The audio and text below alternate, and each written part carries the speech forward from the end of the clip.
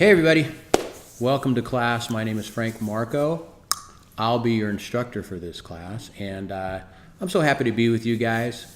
I've been teaching in this area for quite some time now, and it's always exciting to me to get a new group of students in and expose them to some of these ideas and to walk them along to become more excellent leaders and managers in their churches and ministries. And right off the bat, you might be thinking to yourself, well, why do I need this class? You know, I'm already a leader, I'm already a pastor, I'm already doing these cool things. Isn't it enough just to study the Word and teach the Word and be involved in ministry? Well,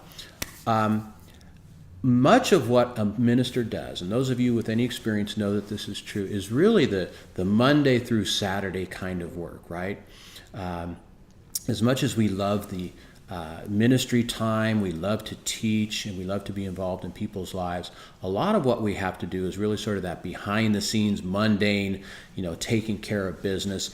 A lot of it has to do with working with people, with challenging situations, with trying to organize our ministry so that things run smoothly, of trying to keep track of things, of trying to be fair to people, equitable, and thinking about the long-term success of our ministry. And so while we trust the Lord with those things, we also know that He has made us stewards to oversee the success of the ministry that we are over. And so I really look at a topic like this as part of discharging our ministerial responsibility, our leadership responsibility as good stewards of those things that the Lord has entrusted us. And so we're going to embark upon a journey. We're going to look at some detailed kinds of issues in terms of management. We're going to really focus a lot on the people side. How do we effectively manage people? Selecting, training, evaluating, rewarding, maybe even disciplining and terminating if need be. So it still is a very ministry-centered approach, but it's not the typical kinds of pulpit ministry and kinds of ministry that you usually think about when you're thinking about being in the ministry, right? But it's still very important. And hopefully in this first week we'll make the case that that this is not an afterthought. This is something that caught anybody by surprise, but really is an integral reflection and expression of God's heart for the affairs of His church. So anyhow, what I want to do in this introductory video really is just go through the course, give you an overview of the course. I'm going to present the course syllabus, and we're going to talk through some of the assignments so that by the time you're done with this first video, you'll have a good idea of what the class is about, what the expectations are, and moreover, how you can get a great grade. Because I know that's on your minds, right? Everybody wants to get a good grade. Well, I don't want to make that a secret. I'm going to lay it all out, lay it all on the table right here in front so you know exactly what's expected of you. So anyhow, if you haven't already read the course syllabus, I want you to do that now. It's available in the information area of the Blackboard class. So open that up, take 10, 15 minutes, read through it very carefully, mark any notes on there, questions you might have. Not that you'll be able to ask questions in the video, but maybe you can ask them in the general information question area in Blackboard, okay? And then when you're done reading it, then come back and watch this video, all right? So I want you all to hit pause and then come back when you're done reading. And I'll see you in a minute. Okay, hey, welcome back. It's good to have you here. Hopefully you read the video. You're watching the video. Hopefully you read the syllabus by now, and I'm just going to go through it. I'm not going to read through everything. I'll read through some of it, but we're going to skim over a lot because it would take forever if I read through the whole thing, all right? So hang on to your hats here as we go through the course syllabus. All right, so let's start by reading through the course description. This course is an integrative approach to biblical and theological foundations that prepares the students to administrate various church and parachurch functions and ministries with special attention given to the stewardship of financial, physical, and human resources. The course will focus on the dynamics of leading and managing healthy, growing churches and ministries. Participants will explore various facets of ministry leadership and management with special emphasis on implementing practical strategies. Proven ways to empower people and guide their ministries into greater effectiveness will be explored. All right, that's a lot there, right? But that kind of gives you an overview of the class. By the way, notice it mentions leadership, but this isn't really a leadership class per se. We'll have a small section on leadership, but there's other classes that really cover that more in depth, okay? So it's not a leadership class, it really is more of a management and administration class. All right, and there's a little note from the professor. Go ahead and read that. Let's go ahead and read through the student learning outcomes. The student who successfully completes this course will be able to evaluate basic principles of management and leadership, develop a biblical theology of stewardship within personal and ministry contexts, apply the planning and organizing stages of developing a ministry, build skills for converting ministry goals into a ministry budget, and adapt legal and tax concepts to relevant ministry and organizational environments. All right, so there you have it in a nutshell. That's what we are hoping will happen by the end of this class. Now, let's quickly talk about the textbooks here. There's quite a bit of them. The primary one, what I consider the primary textbooks, is this one right here, James Estep, Management Essentials for Christian Ministries. Now, there's 3 other books here. By the way, this I consider this the primary textbook. This is sort of the skeleton upon which the course lessons and the lectures are built upon, all right? So this is the primary one that you really need to read carefully. I don't want you to read them all carefully, but this is considered the primary textbook that will be the centerpiece of the course, more or less. Now, there's 3 additional books right here. Ron Sussick, Firestorm, Preventing and Overcoming Church Conflicts. Craig Pierce and Charles Manns and Henry Sims, Share, Don't Take the Lead. And Sam Rayner, Obstacles in the Established Church, How Leaders Overcome Them. Okay, and these are what I'm considering are secondary textbooks. One of those you'll actually choose to do a review, a book review and critique later on in the class, all right? So each of them sort of add a different facet. They go a little more in depth into a particular area of leadership and management. I think you're going to find each of them valuable, all right? And then Harvard Business Review, HBR's 10 must-reads on managing people. Excuse me. Now, that's actually more of a compendium of classic articles from Harvard Business Review. Now, you might be saying, well, this is a ministry class. Why am I reading Harvard Business Review? Because as a manager in the kingdom, you need to become aware of the best practices. You need to become aware of the larger principles that we know help us to run effective and healthy ministries and organizations. Now, were they written for ministry people? Not necessarily, but we're smart enough where we can get the essence of the idea and apply these in our context, all right? So they're not talking a lot about business, but they're talking about people and management and organizations, and a lot of what they say in those articles is applicable. And we'll chop those up each week for 5 weeks. We're actually going to look at those articles, and you're going to summarize them, and then you're going to make applications to your particular ministry, what you found interesting and valuable in those, all right? So I think you're going to like those as well. Let's kind of go through the course requirements here. Reading assignments, of course, reading the entire text according to the reading assignment instructions below. Video lectures. Watch all posted videos each week. And now, I've already prepared videos for this class. Actually, I prepared them for a separate class, but the content is exactly the same. So I didn't think it made sense to redo them all. The titles are going to refer to another class. And I don't think I mention assignments in those. I try to keep them as generic as possible just in case I have to do this. So those will be posted there as well. And you'll enjoy those videos, and I think they're going to supplement and sort of, speak from my heart about those particular topics each week. So I hope you enjoy those. Then, of course, each week we'll do discussion board postings, weekly discussion board postings from weeks 1 through 7. All right, so I have some specific guidelines down there below, so please read through those. Generally speaking, I'm looking for this. I'm looking to see that, number one, that you've read the course material, okay? So unless it just says, tell me your opinion about or tell me your experience of, I'm expecting to see that you reflect knowledge of the actual material that we're studying that week, all right? So I know we're all pretty smart. We could probably all just wing it on these questions. That's not what I'm looking for. I'm not looking for you to wing it. I'm looking for you to express knowledge of key concepts from the reading and from the class and from the lecture, okay? It's very important to me. In fact, you'll see that there's a grading rubric that I'm going to use to evaluate, and one of the criteria from the rubric is that you show knowledge of the content of the class, all right? So please take these seriously. It's a big part of your grade. In fact, it's 40% of your grade. 40%, that's a lot of your class grade. So Therefore, you need to really put your work into these. You need to do your homework and do your reading and understand these ideas before you jump in the discussion so that they reflect informed opinions and informed analysis, all right? So I want to hear your applications and analysis and thoughts and whatnot, but they need to be informed by the actual content. All right, so that's real important to me, 40% of your grade, and we'll have a lot of fun. This is the way that you can connect with other students, and I can connect with you on a regular basis, and hopefully you find the discussion board valuable. Now, the next assignment is the book review and critique. And basically what you're going to do is you're going to read one of those books. You're going to read all of them, but you're going to pick one of them, either Sussex, Pierce, or Rayner, and do a 3 to 5 page review and critique.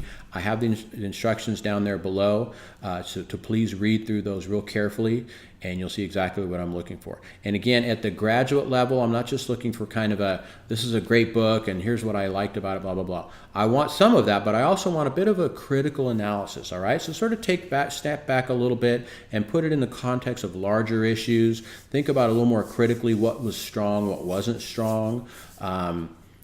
Sort of look at it as a book reviewer, not a book seller per se, you know what I mean? So don't tear it up or shred it up, but just try to give some measured response and critique of the book itself. And you'll see what I'm looking for when you read through the instructions. And then there's the application project. All right, so this is the big project for the class. I believe I actually have an additional video about it later on. If not, let me just talk about it real quick. And let me zip down to those instructions real quick here.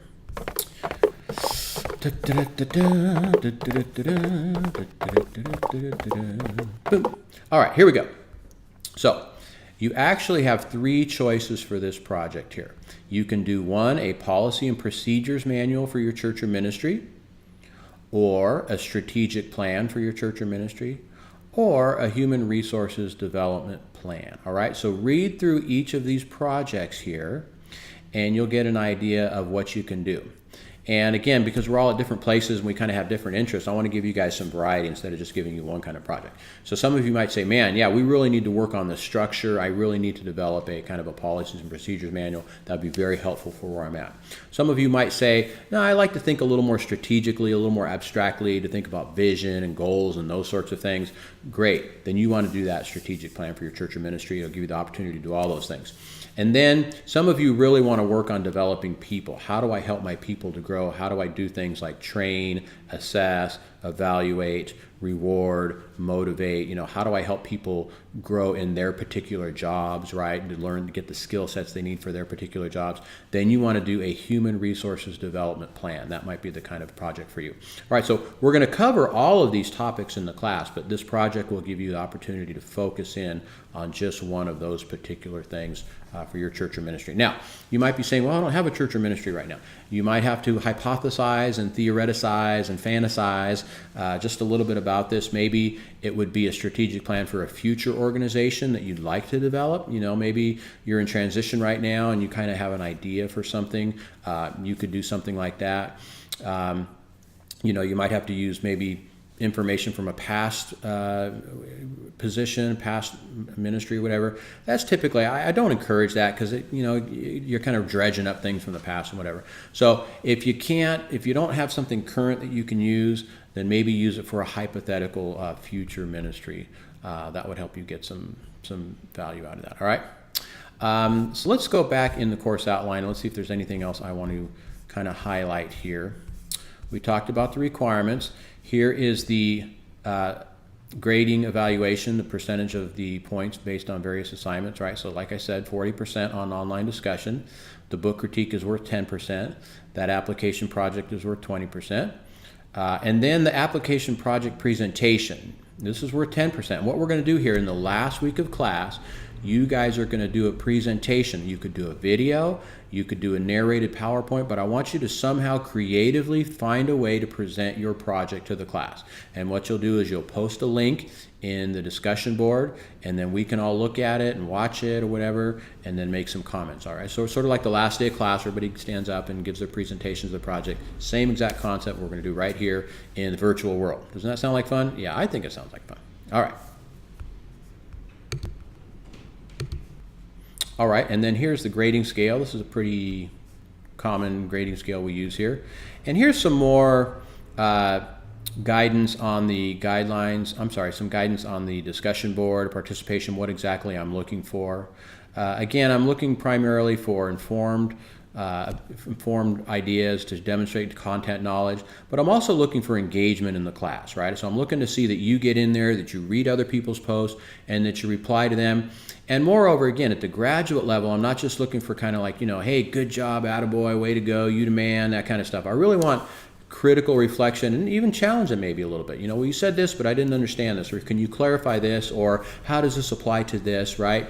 So if you always have some questions in your post back to the initial poster, that to me that shows good community engagement. So if you look at the rubric, you'll even see that that's the kind of thing I'm looking for. All right, so ask other students questions about their initial post, and that's how you kind of extend the conversation, right? So the initial poster can look at that and say, oh, okay, this is what they want to know from me, and then they follow up, and they can go back and forth for a few times. Now, by the way, in terms of my participation, I will participate. I will not respond to every post, so don't take it personally if you wrote the best post you ever thought and a professor didn't respond. I will get in there on a regular basis and make sure that things are moving along. I'll jump in there as appropriate, to either challenge or shed some light. You will see me in the discussion board, even though I may not have time to respond to every post in there. All right, so throughout the class, you will hear from me for sure. Don't worry, I'm not forgetting about you. But that's kind of my role. It's sort of like, look at discussion as what happens in the classroom when you're kind of breaking off into groups and the professor's kind of walking around, and once in a while he'll sit down and maybe he'll say something, but for the most of the part he's kind of letting you guys interact. Okay, so I will be involved, but it is a kind of a student-focused activity as well. All right. And then here's a schedule. I really want you to be involved early in the discussion board. I was by Wednesday should be the latest that you should respond to my initial post, and then by Thursday and Friday you should respond to others, and then by Friday or Saturday kind of finish up to any responses made to you. All right, so this is really important to me. If you post past Wednesday, I will deduct points for community engagement. All right, because some people think, well, it's just one more little thing I got to write, a little mini essay, so I'll just post it like on Sunday night. Right? It doesn't work like that, right? Because maybe you can demonstrate the content well if you post on Sunday night, but you're not involved in the community engagement aspect of discussion, right? So it really doesn't make any sense to start posting like your initial post on Saturday or Sunday, because that's like coming into a classroom and everybody else is already kind of trickling out, and you're running in and going, hey, everybody, wait, I got to get my points for this, so stick around, please.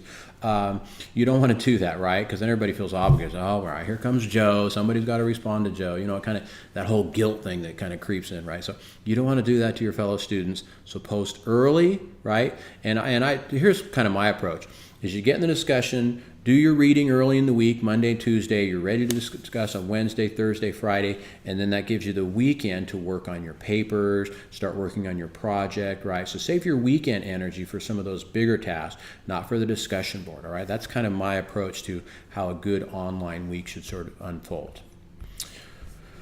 And here is the rubric for evaluating the online discussions. And again, you'll see this each week. I will literally use this rubric to grade your discussions each week. So take a look at this and shoot for this outstanding column right here. Okay, there's 3 criteria and there's 4 different levels, and really shoot for this outstanding and you will get 100% on this, all right? And then I already mentioned the reading assignments. Each week you're going to be reading from the primary textbook, Management Essentials. There's the 3 secondary textbooks. And I don't have a specific schedule for reading these because I know we all kind of read at a different pace. Your goal, though, should be to have those books finished by the end of the class. So I would say they're not that big. I would consider reading 1 book every 2 weeks, all right? So figure out how much you're going to have to read in order to read this book in 2 weeks, right? I think that's a manageable pace for the size of these books and for the length of this class. And that way, by the end, if you're all done, by week 7, you're done. You don't have to worry about it. You can start preparing for that final exam. And then the HBR, what you're going to do now, there's a bunch of articles. I think there's actually 10 articles in there. And what you're going to do is each week you're going to read a different one. It's your choice, whichever one you want to read. You're going to read it, and then there's going to be a discussion thread about that particular not that particular, about the article that you read, okay? So each week, we might have 5 students doing this article and 3 students doing this article, and you guys can discuss with each other, those who read the same article, or you might be more interested in somebody who wrote about a different article, and you'll say, I'm going to read that one next week, right?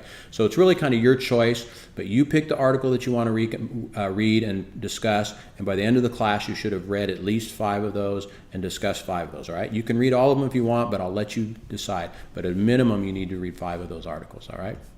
And then there's the book review and critique, and I mentioned this a little bit earlier. Here's the specific instructions for that.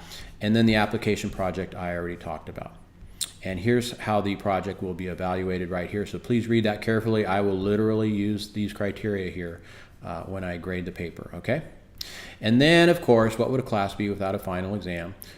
This exam in this class, I believe, is a mixture of multiple choice, true, false, fill in the blanks, multiple guess, matching, and all those kinds of crazy little fun things that you guys all love. I would recommend, in order to keep up, to prepare for that, to really each week make sure you know what the key concepts were primarily from that Management Essentials textbook, all right? That's where the primary information from the exam is going to come from. So I'm going to post PowerPoint lectures you can use, for your study notes. And then at the end, towards the end of the class, about the 6th week, I'll post a study guide, and then I'll tell you exactly what you need to know. But if you've been keeping up with the main concepts in that book each week, then really the final exam shouldn't be that hard, okay? It shouldn't be a mystery what's going to be expected in the exam. I think you guys can do good. And then here's the course outline and schedule, so please take a look at this. Here's the reading flow, how much you should be reading from each from the primary textbook, and then I just say each week ongoing for those books because I'm letting you guys pace those out. All right, so that's about it. Here's my course policies, online participation policy. I expect you to be in there regularly. And again, this is sort of like attendance, right? So if you don't show up for a week, it's like you're absent for a week. And if you don't show up, you can't make up discussion participation, all right? So please do your best to be involved in that every week. Late course work policy. You can turn in work late, that's fine, but there will be a penalty, 10% per week. So please do your best to turn things in on time, all right? And then, of course, the usual stuff about academic integrity. And please, let me just kind of remind you, and for some reason it still shows up now and again, but understand what plagiarism is, right? Plagiarism is when you write down other people's words and you don't give them credit, you don't cite them, you don't use quotation marks. It's fine to use other people's words. In fact, I want to know that you actually read and understand some of the key concepts from other people's words in this book, in this class. However, you need to use those things called quotation marks, and you need to cite them accurately and correctly in the bibliography of the class. And that's the easy way to avoid plagiarism. All right, so enough said about that. You'll submit your documents online. Everything's online. There will be an assignment submission place in Blackboard. Please use your name on all your assignments. I know that you know this is final paper, but I don't know what final paper means. It's got to say like John Doe final paper, right? Then I know what it is, right? So please put your last name at the beginning of the file submission, so when I'm looking at all of my coursework, I know exactly that it's yours, all right? That'll help me a lot. And there's a bibliography if you're interested in more reading and some of the things that inform a class like this. So that is about it. I know I took a long time to go through that, but hopefully this is helpful. If I didn't answer your questions, if you still have specific questions, please let me know. There's a general question and answer place in the discussion board for ongoing kind of non-content related questions, and I'll try to get in there, and sometimes students can get in there and you can help each other out on that as well. And of course, I'm always available through email, and I even have my phone number in the course syllabus, and I'm open to a phone call now and again if it's course related. Don't call me in the middle of the night, if you got problems, you need counseling or whatever, call a professional counselor, call your pastor, don't call me. But if it's course related and if it's at a reasonable time, go ahead and call me. I'm more than happy to help you. Don't feel like you're bothering me. Don't feel like I'm too busy. I always get that, well, I know you're busy. Pshaw, I'm never too busy for my students. You guys are my number one priority when I'm teaching a class, and I'm always happy to make time for you, all right? So I hope that helps. I'm looking forward to a great class. Looking forward to chopping it up with you guys and helping you understand some of these cool concepts that I believe are really going to help you in your life, in your ministry, and wherever you are, your jobs. These are kind of ideas that you can take with you, and it's going to help you a lot. All right, so blessings to you all. That's it for now, and I will see you online.